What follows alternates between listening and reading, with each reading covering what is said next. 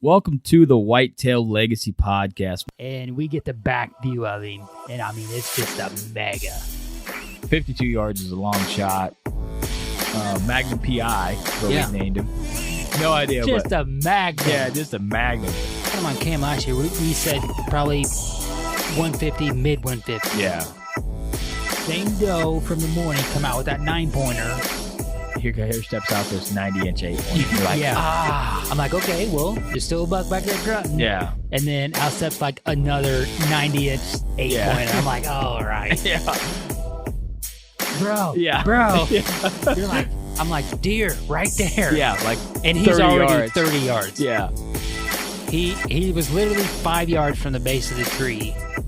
Could have been, had a buck down at 1:40 in the afternoon, back there deep on public. 3 does come out pretty early. It was like 245, 24-yard shot, sent to combat veteran, and I tell you what, man, dude, it just smoked. We always get so jacked up when the other person kills. It's just almost like we got it done. Yeah. And when you killed that doe, I was like, hell yeah, man. And we come down here to Missouri. I asked Comey one more time. I'm like, is it a good buck? And he goes, yeah, real good, solid buck. I'm like, all right, boom. And the deer just drops. Sure. Super special to me.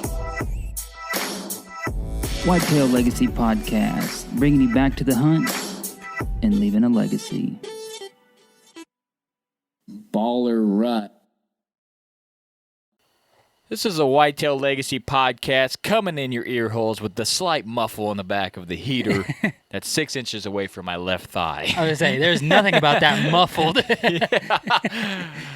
All right, well, here we are coming at you. We're going to talk to Mark Luster tonight. We're going to do a Legend of the Woods series. We've been getting request after request to do these, and now that season's over, we're going to get back to doing some. We're not, damn near over. Yeah. You know what I mean? It's in for a few more states, but we're going to get back to some of these. Mark Luster killed an absolute giant. One of Don Higgins' friends, I seen him share it on his Facebook there, so I did the legwork, got a hold of Mark, and he said he'd come on and tell us a story and chase for this giant buck. I just love it because it's so dark racked, damn near perfectly typical. So yeah, pretty beautiful sweet. deer. Let's get into people to make this possible. Get in the show. We'll start out with the VIP. You got VIP? Yeah, VIP's, core values or, their basis for doing what they do is based around improving the recovery rates of animals, also while delivering durability and reusability, while using American-made materials to deliver the highest quality broadheads. If you're interested in picking up a pack, you can do that at veteranip.com.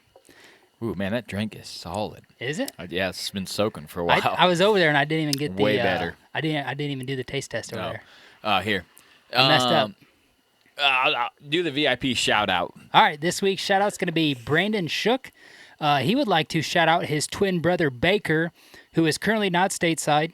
Said that Brandon is a new listener, and his brother's going to be getting back home, and he's going to get him tuned into the show and wants this to be a nice surprise for him. So, Brandon, we appreciate that. Hope your brother Baker finishes overseas safe and gets home safe, and you guys can get tuned into the show and hopefully go back and forth about what you like about it. Yeah, that's pretty cool.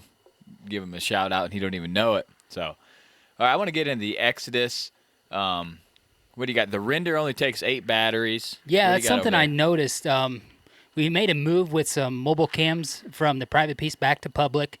Nothing showing up there on the private. So I was putting up a mobile cam and it wasn't turning on. So I had to take the batteries that were in the render that I knew were good and make a makeshift move over to the other cam. And it only takes 8 batteries, which is better, in my scenario, because that's less you got to buy over time. And I didn't have enough to swap over there, so I just threw the render up there, and that's how the render got there. So I was like, man, this thing only takes 8 batteries. Battery life is still incredible on it.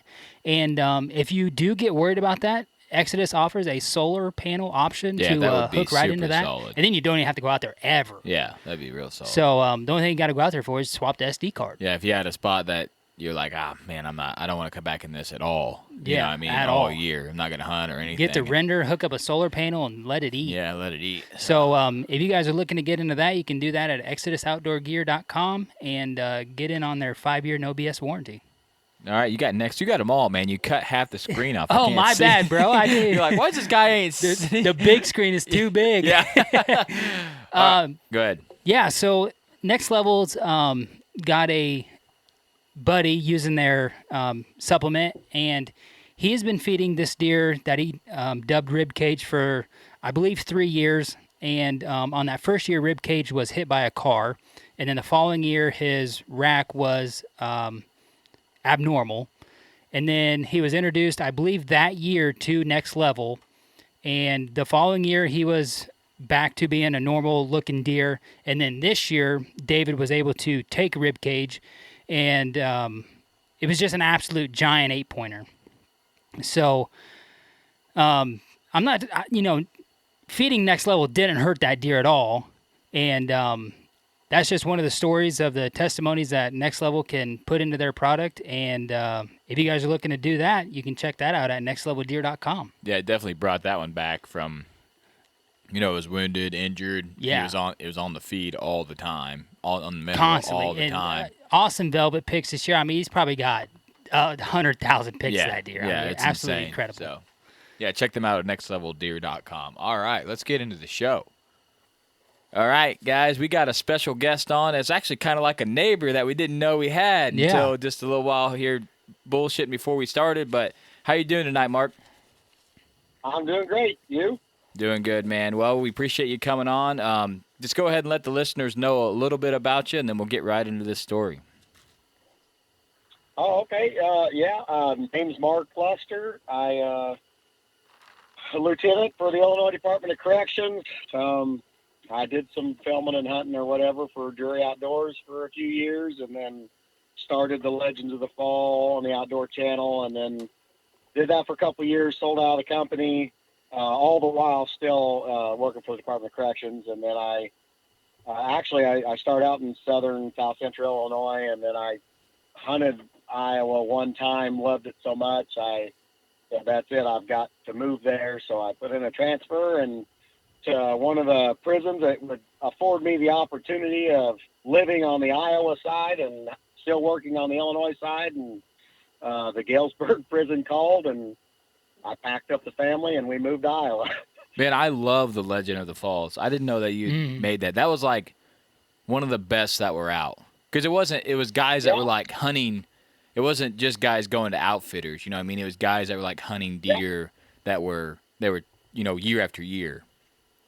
That was basically the basis of our story. So, all of the guys on Legends of the Fall, well, and gal, I guess, but we all held regular jobs, every single one of us.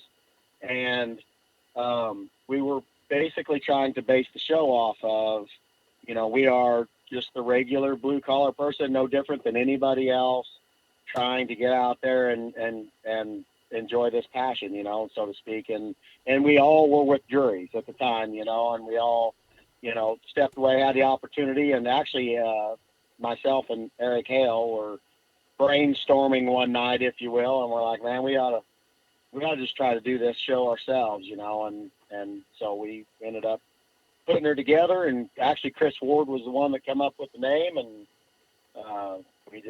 we started it. And don't get me wrong, I loved doing that, but I'll tell you why I stepped away. Actually, my son, when the year that we moved up here into Iowa was 2012, ironically, I killed 100 of my previous largest typical, 187-inch typical 11, here in Iowa that year. But my son had turned 9, and he wanted to start hunting. And it was one of those situations where, because a lot of times I would leave, especially for the show. It's really demanding. And then I'd save up all my vacation time, and I would leave home around Halloween every year and not come back till Thanksgiving or so. I would be gone a month. We'd be hunting in Kansas and Iowa and Nebraska and, whatever. And it's 2 of us, so because, me and Dave Bogart were filming partners or whatever. So, you know, I would film while he hunted and he would film while I hunted. And so if you go kill one out in a neighboring state, well, you both got tags. It's not like you're going home to see the family. The other guy still got a tag. So you're filming full time till he gets one, you know. And it was one of those situations where it was, you know, do you be a good dad and, you know, bring your son along into your passion,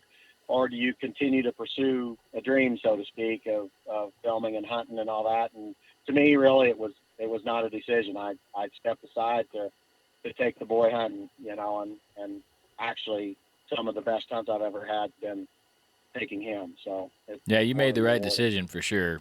So tough to do, but the right decision. Sometimes the right thing feels like the worst thing you could do, but everybody knows what the right thing is to do. But yes, and on a side note, and I'm a little bit kind of happy. Now he's 18, and we have a bit of a little competition going, so to speak. And he has a 203-incher knocked down, and had the biggest deer in the house. So just so we're clear, he's happy for me, but he's really not really happy. He's like, damn it, finally did it. Oh. Yeah. Interesting side bit to that. I run an arrow October 27th through both shoulders of that deer, and he lived. And ironically speaking, he killed it January 6th on muzzleloader season, and we did an autopsy on that deer, and I actually had killed one lobe of each lung. I actually double lung that deer, and he lived. Wow. Yeah, it's like Logan's buck. Crazy. Double lung for sure. They just cannot find that thing. It's insane. I'll send you pictures. I'll send you pictures of the entire, because we did a complete autopsy of this thing, because I had to. Oh, also, kind of funny, the broadhead had healed half sticking out of his opposite shoulder, and when my son killed in January 6th, that broadhead was sticking halfway out of his opposite shoulder, healed over. Wow. Dang. Yeah, they're so tough, man. They're so tough. It's crazy, but whole other story. I get it. Yeah, you really got to get in there and get some good shit to kill those big giant bucks. It just seems like they're another level, you know what I mean? We need like a 6-hour show with Mark. Yeah, for sure. Well, we had you on. I mean, I was scrolling through your Facebook feed there. I'm like, man, I could have this guy on for like 5 of his bucks. You know what I mean? You've been consistently killing absolutely giants, but we're talking about Zues, the buck you killed this year. Go ahead and break down the story of Zues, and then get into the hunt, and then we'll break down maybe some tactics that made you successful at the end. Okay, yeah. Well, would you like me to just start from the start and run through it? Yeah, that's perfect. Yeah, start from the start, run through it. We won't interrupt you until you take a break or or something. If we got any questions, we'll just take notes on our end, and then we'll ask them at the end. Yeah, please do. So again, we stopped at the gentleman's house, and he had give us permission to. Hang on one second. Sorry. We had stopped at the house, and he gave us permission, and he gave us a key to the gate. So, and it was shed season, so we rolled over there. So like all of the old sign was there on the farm, and it's a 200-acre piece. But to be quite honest with you, it's basically 280 side by side with a 40 to the south on one corner. Now, that east 120. The 80 and the other 40 is basically just field. So there's really 80 acres of cover, and it's basically a big drainage of timber with fingers running north and south for the most part, and fingers sticking out east and west off both sides of it. And they're pretty pronounced ditches, that are those fingers. And then between all of those fingers, he had it in CRP. So it really it is beautiful whitetail habitat. So when I got on it, and we went looking for sheds and stuff, I was just amazed. They looked amazing. But like I said, it's only 80 acres, so I wasn't certain what to expect. And when we walked it, I really didn't find any, big rubs or any sign that would lead one to believe that there was a mega giant or four on it. Well, so anyway, long story short is that we we walked it and got some ideas on what we wanted to do, and then kind of backed off of it and waited till the later on in the summer when we put out cameras. And when I put out cameras, there's a couple of fence gaps, and I love fence gaps, especially when it's leading out of cover into a field. The deer just tend to walk it. The big deer are lazy, and they'll do what.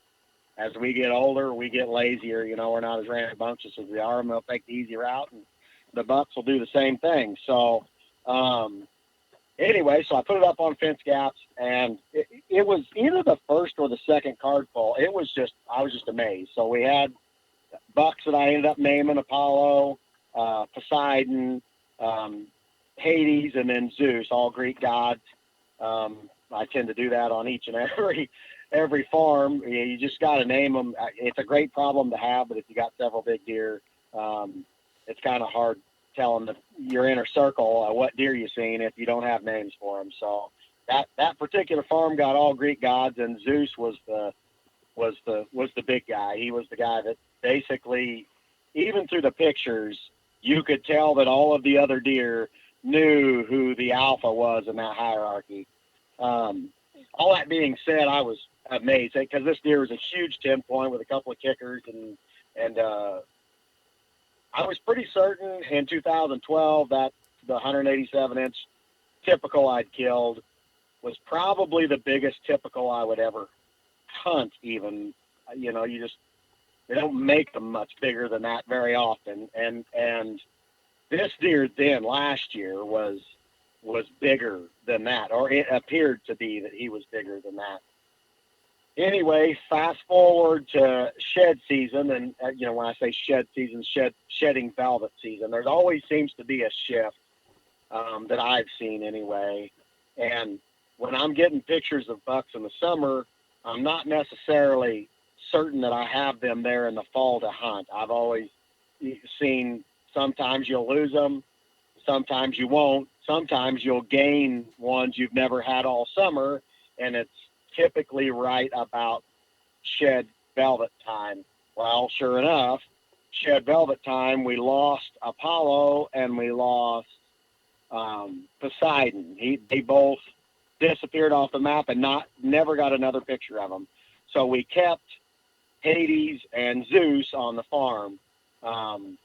Hades being a huge 10 point with double split brows, and then and probably in the 180s. And then there was Zeus, who I thought was a 190s class deer. So anyway, as fall rolled around, pictures kept coming in. We were getting pretty consistent pictures of him all fall. And, well, let me digress. In the summer, I picked out a couple of spots that I needed to get stands in, and my son and I went and put them in. And with all of that CRP and all of those fingers, it actually made it a little bit tricky, because what seems like a funnel in the timber, because of the fields, wasn't necessarily a funnel because it's CRP, and they'll cut right across it, whenever it's chest high CRP, they actually prefer that. So it made it kind of rough. But last year, the landowner on the north part of the farm, one of those coves, he mowed. Now, I don't know why particularly he mowed that particular one, but it made for a great funnel on the back end of it, where it met the big timber. There was a deep ditch coming out of the creek, out of the bottom, and it came all the way up the side of the hill in the timber and stopped about 30 yards shy of that CRP that he had mowed. So if the deer wanted to go north and south in there and he wanted to stay in the cover, he had to come around the end of that ditch. And I hung that stand thinking this is going to be where I get him. I just know it. Well, fast forward to November 15th last year, I was in the stand. It was a west-northwest wind. It was perfect. Everything was right. Cold, perfect. things were right, getting consistent pictures of him, and I hear something, turn around, look to the south. They come from the south. There was a doe and 4 bucks chasing her, and Zues was leading the way. But as it always happens when you have a buck or several bucks chasing does, they're never on a trail or never where you expect them to be. So they cut that 10 yards, 12 yards that was behind me on the downwind side, right up at the edge of the CRP. And she hit my wind right on the downwind side. And I don't know if you guys are familiar with honeysuckle, but this particular farm is riddled with honeysuckle. So if you haven't trimmed, like practically with the bush hog, your lanes in there, it's almost impossible to get a shot in an unexpected spot because the honeysuckle's terrible. Well, needless to say, they were on that downwind side, and she stopped. She was, I mean, it wasn't like she blew out of there, but she was just kind of nervous. She kind of got a whiff of something. Well, that being said, he walked up right behind her, and he was standing 17, 18 yards. I'm at full draw, and he stops, and he's standing there. She's nervous. The other 3 bucks are behind them. They don't know what's going on. Just everything has come to a standstill. And I squat down, and I'm like, there's a pretty decent hole right there. I'm pretty certain I've got a good lane to him. And I pull the trigger, and schwap, it hits him. But there's a honeysuckle limb kind of vibrating there. But it was so close and fast, I didn't know if I'd actually hit that honeysuckle limb. I kind of thought I did. But he ran about 50 yards, stopped, and stood there. Well, it was on the side that I shot him, and I could see blood running down his ribs. I'm like, oh, you're smoked. This is over. But I thought he was just so amped up with the doe that he was, not thinking straight. Well, so now he's over there standing, and he's looking back wondering what happened because I never stopped him or anything, so there was no sound other than the shot. And there's blood coming down his ribs there, and I can see the hole clearly, and it is basically perfect. And he stands there for like a minute. I'm like, man, that's not right. He shouldn't be standing there that long. Well, then one of the other bucks went and nudged the doe. The doe whirls around and takes off running back the way that she came from. All 3 of those bucks go chasing them. Zues lets out this big, loud buck roar and grunt and takes off chasing them. And I'm like, that ain't good. So I get down, and I wait about 5 minutes after they was all gone. I get down, I go over there, and I find my arrow. And the arrow, I only had maybe, I don't know, a broad head depth at best, penetration in him. And I am guessing but it was perfect, like where it hit him. And I'm guessing the honeysuckle limb hit it and took all of the kinetic energy. I think it hit him kind of diagonal and basically hit and slapped him is what I think happened. And I got no penetration at all. Even though I still hit him right, there just was no kinetic energy behind the knock. So after that, I never have another encounter with him all year. And the neighbor who had heard about the deer too, had leased up the ground on 2 sides of that farm, and he's an outfitter. And he had and he's actually a great guy, and that a lot of times you can't say that about outfitters, but the guy's a great guy. He owns Timber Ghost Outfitters.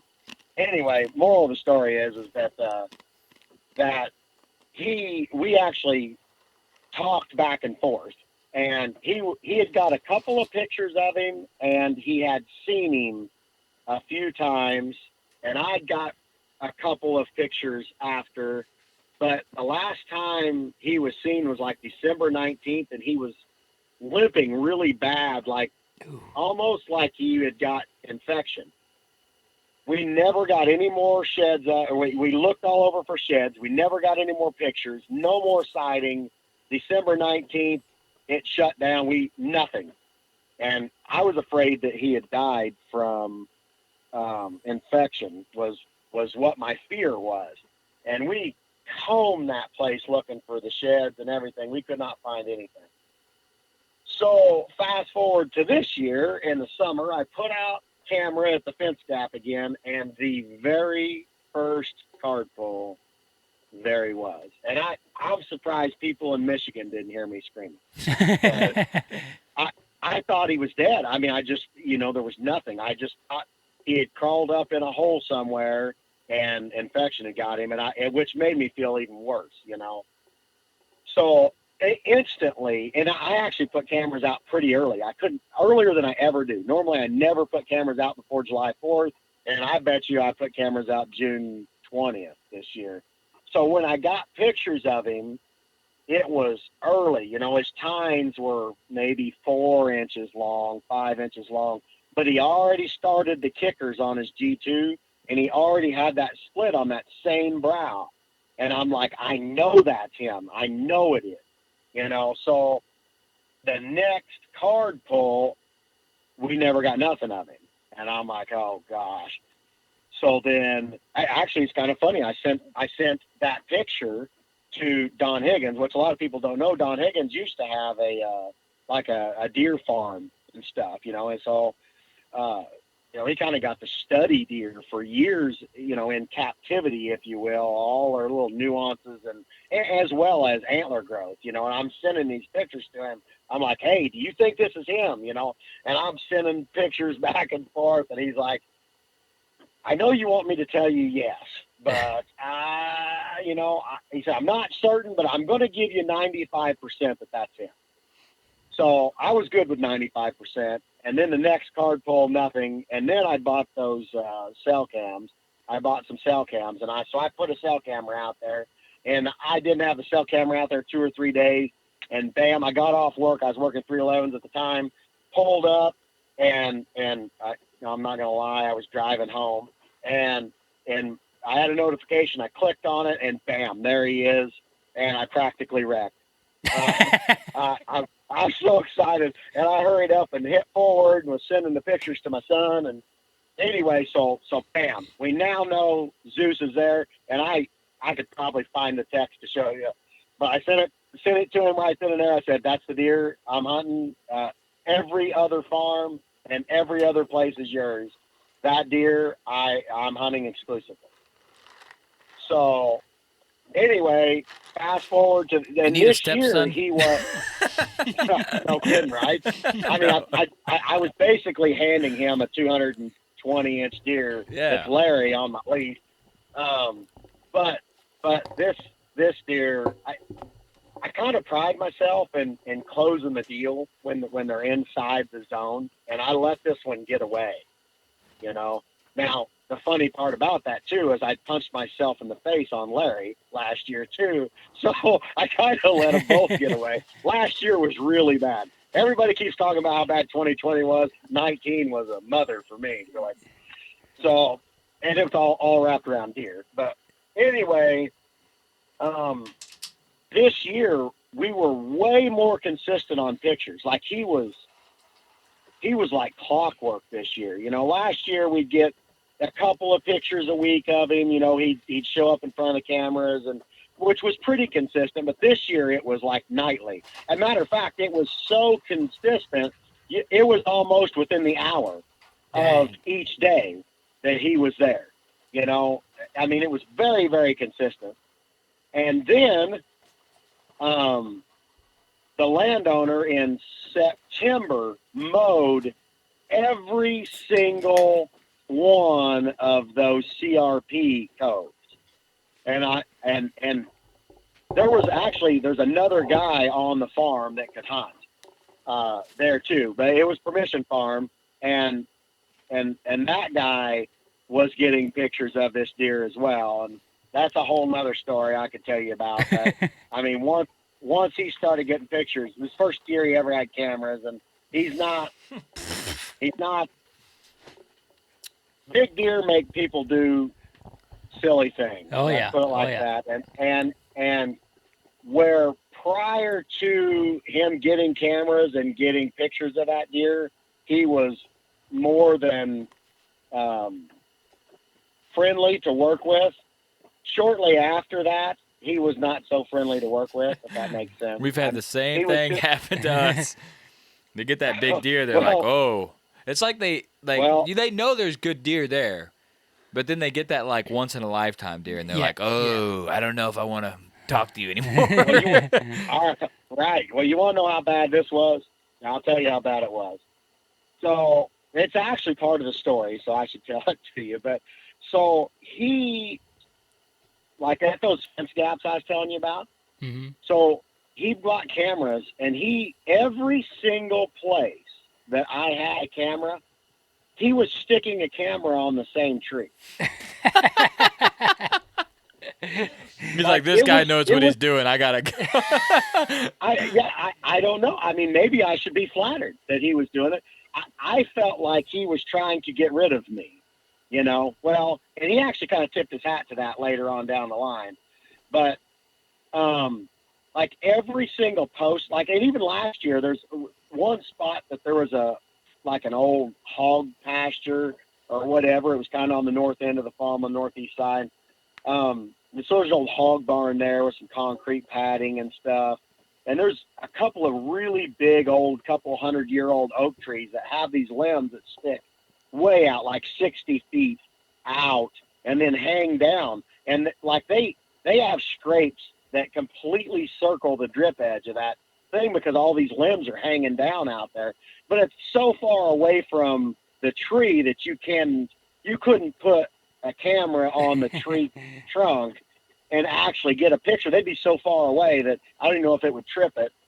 So I hammered a T-post out and like run it along the drip edge along 3 or 4 of the scrapes, right? And I was getting a lot of pictures off of that last year. Well, he ripped my T-post out of the ground, then he buried an actual post there, and then he put his camera on it.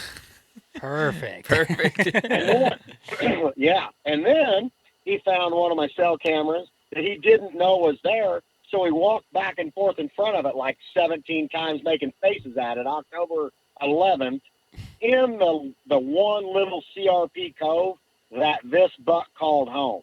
Oh, God. He was just walking around in it actually and blowing his wind right through that CRP October 11th this year.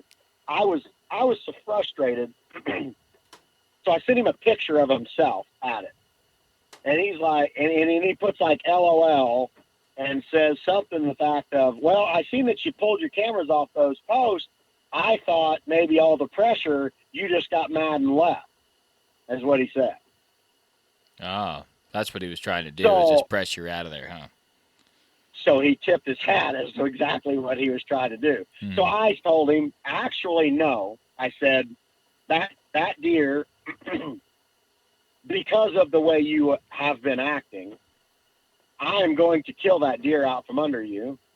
And because of the way that you are being, I said, it doesn't take anything to be a decent person and to work with people, but you are going out of your way to try to cause another person that has permission to be there harm. You know, I mean, you are doing everything you can do to try to run me off. So it has only solidified my resolve that I am going to hunt this deer exclusively. So prepare to see me, I guess. But I typically don't hunt much until, the 3rd week or so. If we got a cold front in an evening, I'll hunt the edges, but I'm not going to get into any one of my stands that I really think I can kill him in until it's right. And I love that last week of October. That last week of October has been really good to me, A, but B, it is my opinion that it's the best time in the world to kill the deer you know. And what I mean by that is you're getting all these pictures of this big deer, and he's still at home. It's not November, and he's not out stretching his legs 3 miles from the farm. He is still at home, but the need to procreate and just check things out and mark his territory is so great that he can't just sit there till dark yet. So if you get that cold front in late October, it is my favorite time to kill the buck that I know, the buck that is at home, that isn't out stretching his legs yet, but he can't just sit there. And it's just been it's been the best time for me to just knock down the one I'm after, I guess you could say. So October 28th this year, I'd like to tell you a lot more lead up story to this, but I literally killed him the first time I tried to hunt him. So, I mean, you can take that for what it's worth. but once he mowed, I'll digress a little bit again here. Once the farmer mowed those little CRP coves that were there, it allowed me to put stands in several more of these pinches. And I'm tell you right now, I'm one of them hunters that I do not like punching deep in the timber. I'm not crossing a bunch of trails. I believe that a deer that doesn't know he's being hunted is a much easier deer to kill. So like if you walked home tonight and you went into your living room, you damn well know if a guy was sitting in your living room, right? But if you went home tonight and Dude was in your closet. you went about, Been there. No. That was a joke. Could not say it.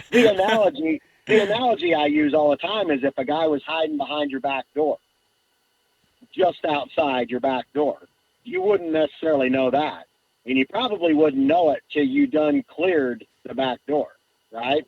Yeah. So that's where I want to be. I want to be that hunter that doesn't know or doesn't get inside any of that timber. I want him to run around his core like everything is right in the world, and I just want to just slide in and hunt these little pinches that will predict his movement. If the wind is such, he will be here. And typically, well, I'm not going to say typically, I'm going to tell you 99.7% of the time, unless he has his nose right up a doe's butt. I mean, and at that point in time, he'll walk through the Taco Bell parking lot, He don't care. He's just following her.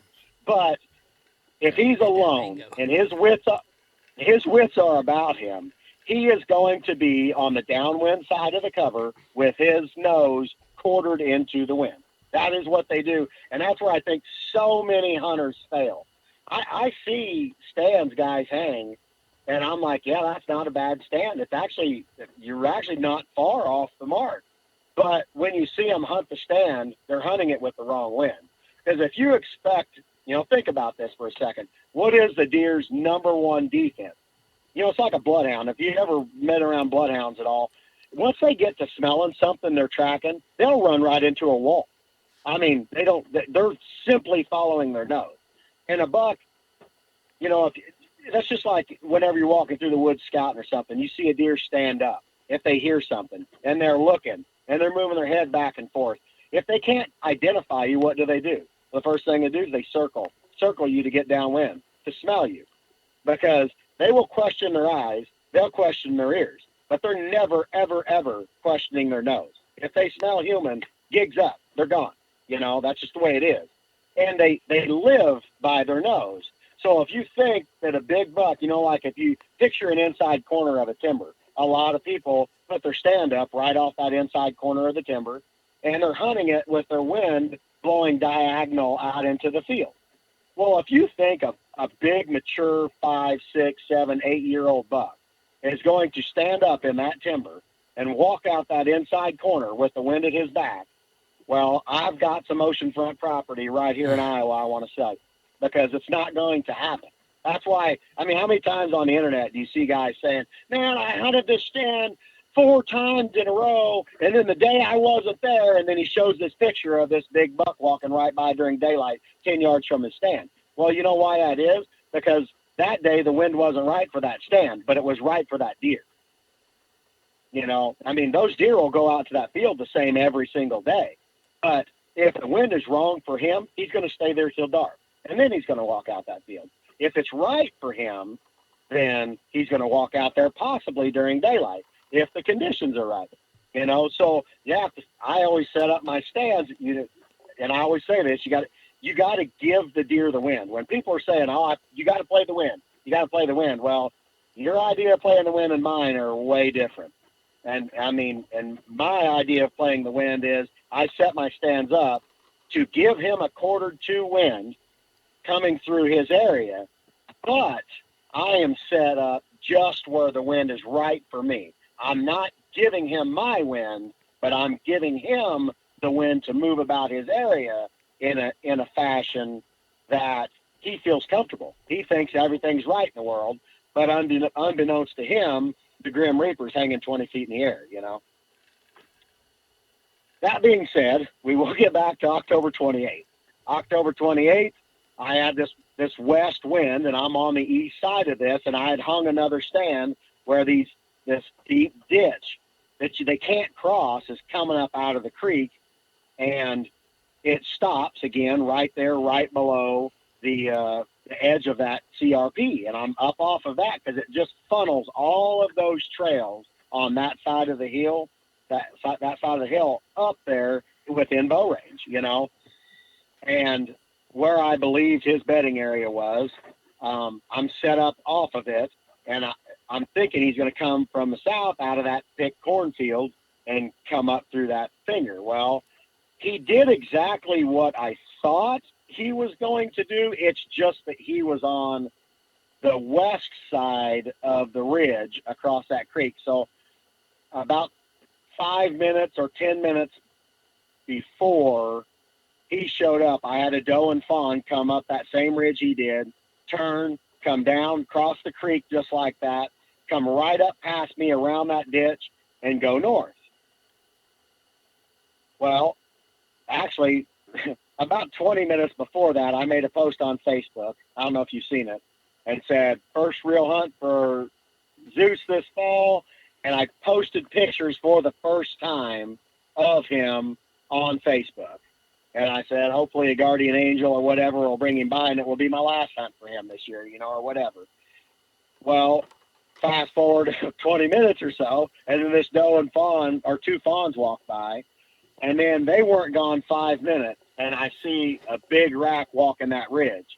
And I pull up the binoculars, and instantly I see that kicker. But there isn't too many 200-inch typicals walking, so it was pretty easy to know what deer this was. And he's walking kind of the same path. I'm like, oh my God, he's going to follow what that doe and fawn did, or two fawns did. And he gets to where they turn and come down the hill, and he doesn't do that. He actually angles to the west, which is diagonal away from me. Well, I pull up the grunt call, and I grunt at him. Well, he stops and looks, but he flicks his tail and continues on. Well, I turn around and grab the rattling antlers, and I wanted to shield my rattling with my body from him, so I didn't want him to whirl around and look and then see those antlers, So I rattle, 3 or 4 seconds, and I turn and look, and I don't know that a bulldozer could have tore more honeysuckle out of the ground. He come at a dead run. Now, I'm not talking about fast down the hill. He was bowling right through this honeysuckle down the hill at a dead run at me. And he got down the hill, crossed the creek, was on my side, standing there, looking up my way, 40 yards away, and I got 2 antlers in my hand. And I'm like, oh my God, what am I going to do? Well, he stands there, and he starts walking, and he's coming straight up the hill. I get the antlers down, I grab the bow, I clip on, I yank as he walks, and he has to duck his head up under one of those honeysuckle bushes, and I draw. So now I'm at full draw. He's walking straight at me, and he hits the trail that doe and twins had walked on. His nose goes straight to the ground, and immediately he makes a 90-degree turn to the left, which was my right. And he actually gave me, it was a quartering away shot at that time, that trail diagonals along that ridge.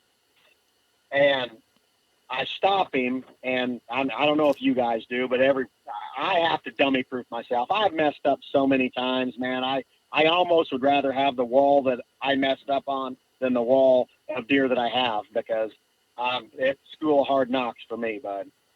So anyway, I have to tell myself, squeeze the trigger, because one of my problems early on was I punched that trigger and yanked the bow down and tried to see where I hit or what I did, and it caused me a lot of heartache. So I just always tell myself, squeeze the trigger. Well, as I was doing that, right at the release, I guess I'd taken too long, because he took a step. He started walking, and I hit him back behind the ribs on the front side.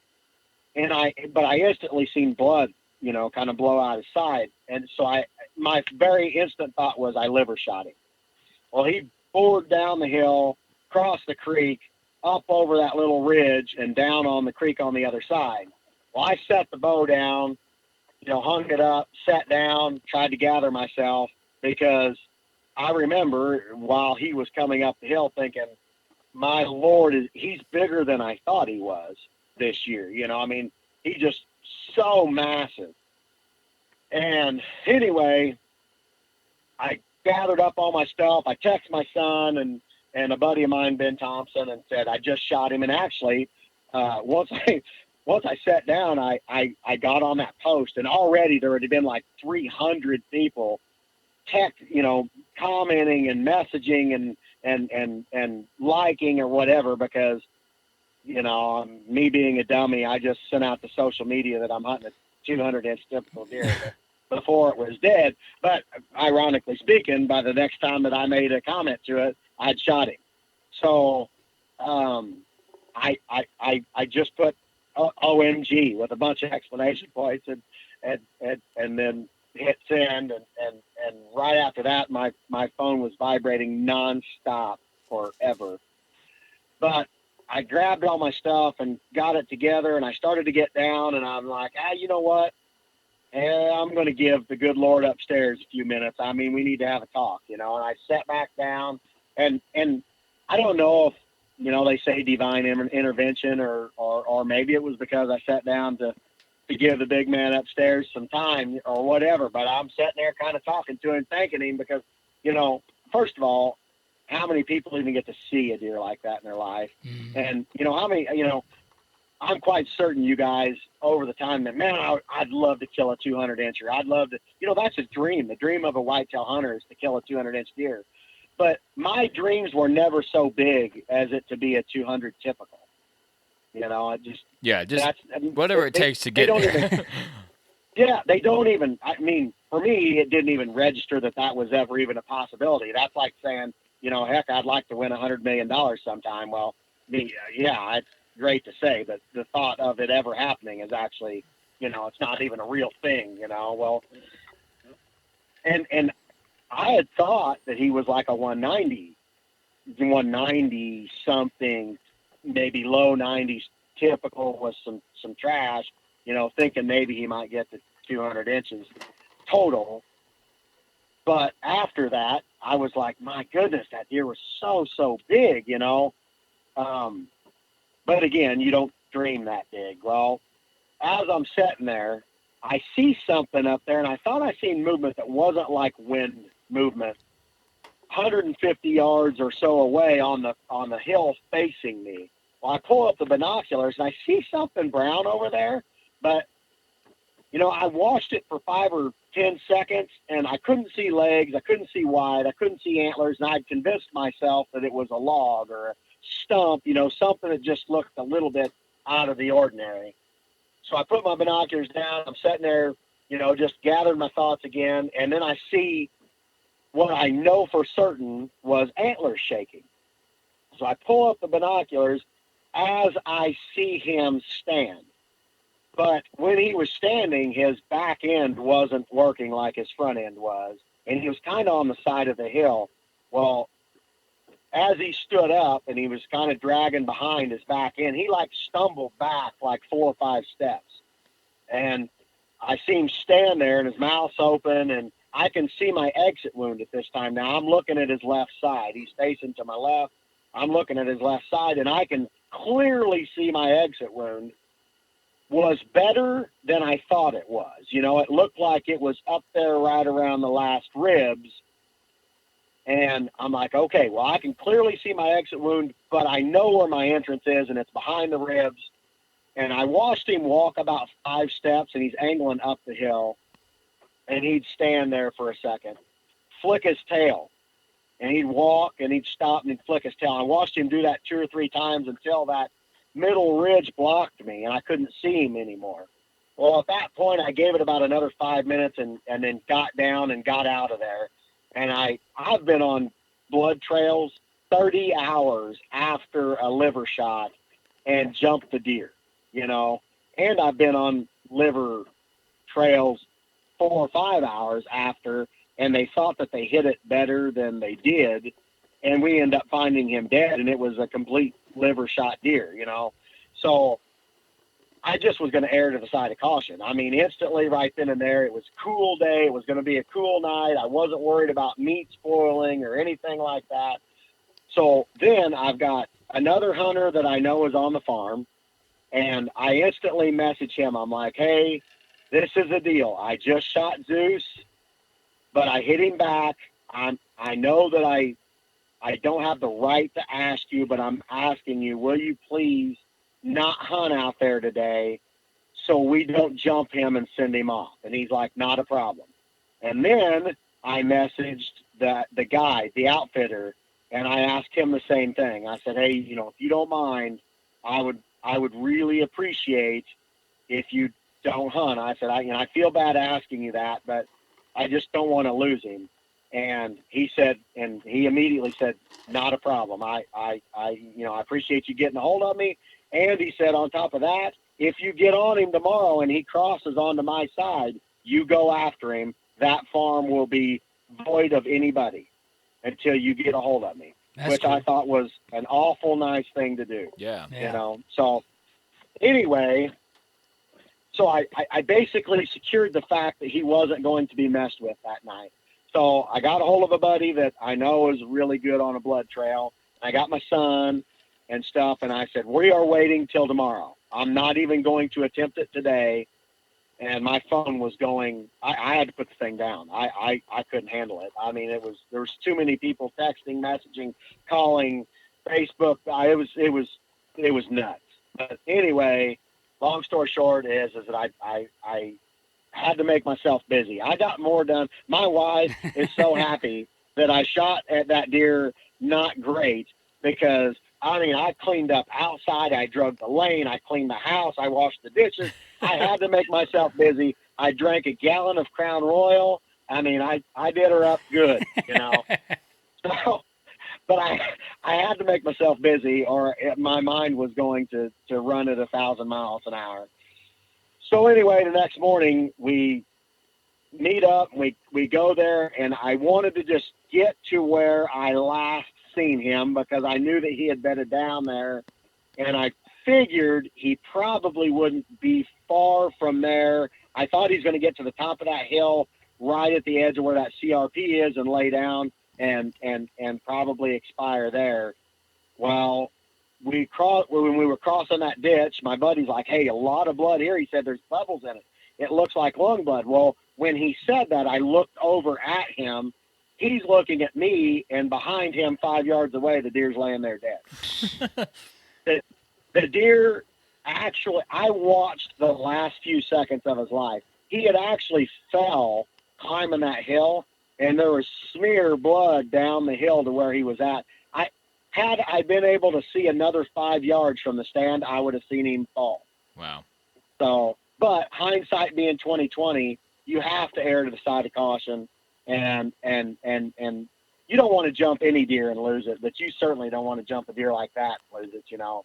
No, for sure. So anyway, when we walked up to him, I was speechless, and as you can probably tell in this podcast, I kind of like to hear myself talk, so it takes a lot to render me speechless, and I was speechless. I was looking at it, and as I was kind of, my buddy was like filming me when we got to it, and he's like, you know, talk to me, tell me about it, whatever. And as I was talking, I just laid my arm up along the tines, and they were as long as my arm. And I'm like, my God, how big is this deer? My buddy's like, that deer's a 200-inch typical. I'm telling you, that is a 200-inch typical if I've ever seen one, and I've never seen one.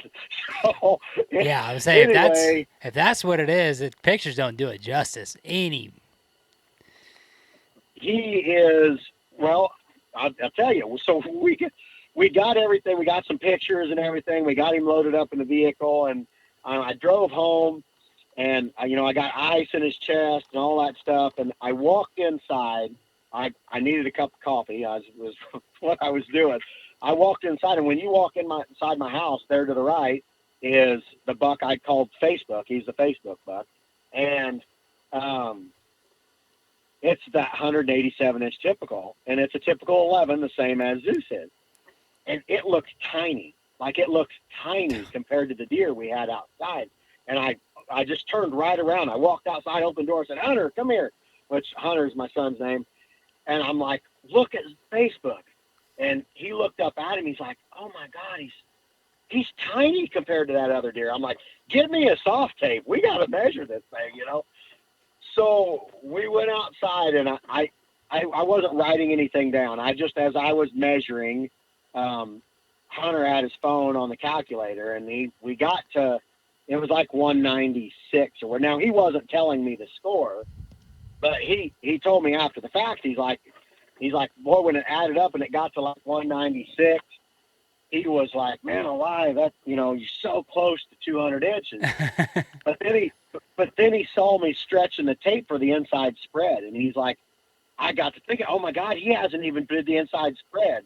And I came up to 215. And he's like, Dad, you need to rescore this. He said, I did something wrong. And I'm like, really? He's like, I don't even want to tell you what the score is. Let's just redo it. So we redid it again, and I came up 215. And he's like, Dad, it's 215. I'm like, no, we did something wrong. He's like, I'm telling you, we did it twice.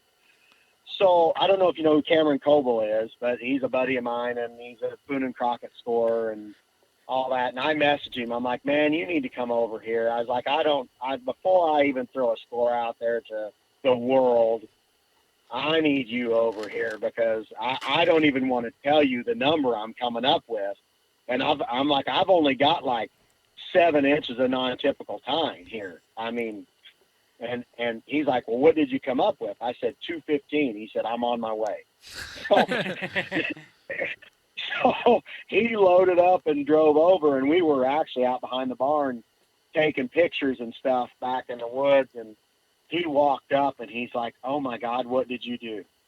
And I'm like, do you think it's that? And he's like, man, that deer is big. And so anyway, when he got done, if you've seen the pictures on the right side, there's one little like drop tine there out on the end of that right main beam that I'd measured, and it was like 1 3/8 or something like that. But he said it doesn't score because it originates, like the base is wider than its length, so it doesn't count as a point. So that would have put my score at like 213 and something. Well, he come up with 211 6/8 gross total, but the 204 6/8 typical. So then it netted like 195 and some change, and then minus the 7 inches of deduction off of those kickers. He's like, you can net it as a non-typical, and I think it nets 202 and something. And then you could do typical, and it's like 188 6/8 or 7/8 net typical.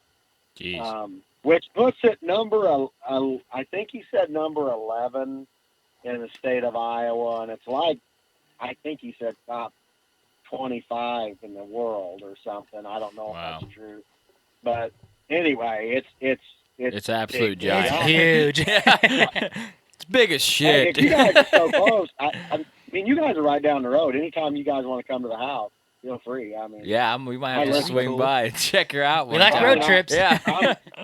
I'm right across the river. I mean, you get right across the river, right across the bridge, and you turn north and go up 99 about 5 miles. I'm right there on the river bluff. So. Oh, damn. Not Yeah, very far. you're not too far at all. Yep. So we go that way for work Yep. sometimes quite a bit. But, well, Well, man. that's what I drive right to where you work. Yeah, every single day. It's crazy. Yeah. You know, you think, oh, this guy's from Iowa. You have no idea. And then you get on a podcast. You're like, dude, this guy's. He works 300 yards Yeah. from us. This guy's killing Yeah, I was gonna giants say. right over there. You have no idea. So Well, I wish that's- you worked for the hey. railroad. We'd have someone to talk to about deer hunting. Well, it's kind of funny. I'm 3 years from retirement there at the prison, and I've been talking about getting on there as soon as I retire for forever. You know, It's right across the I don't road. know. Yeah. That might happen. There you go. Well, you never know, man. They were hiring like crazy, and then Yeah. this COVID bullshit hit, and now they're like, hey, we better cut back a little bit.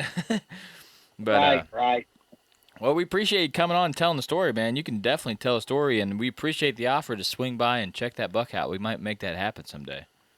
Oh yeah. I've got, Maybe I've we got can do several an in person podcast about the 188 or a few other bucks, or Yeah, just a for tactic or something. So Oh yeah. There's a great story on my son's 203. Oh that's my God. that's perfect too. You I can don't make- Double dip. Yeah, we could double dip both you guys. We got a lot of extra mics. He's 18 now, and like I said, I started taking him when he was 9. When he was 9, he killed his first deer.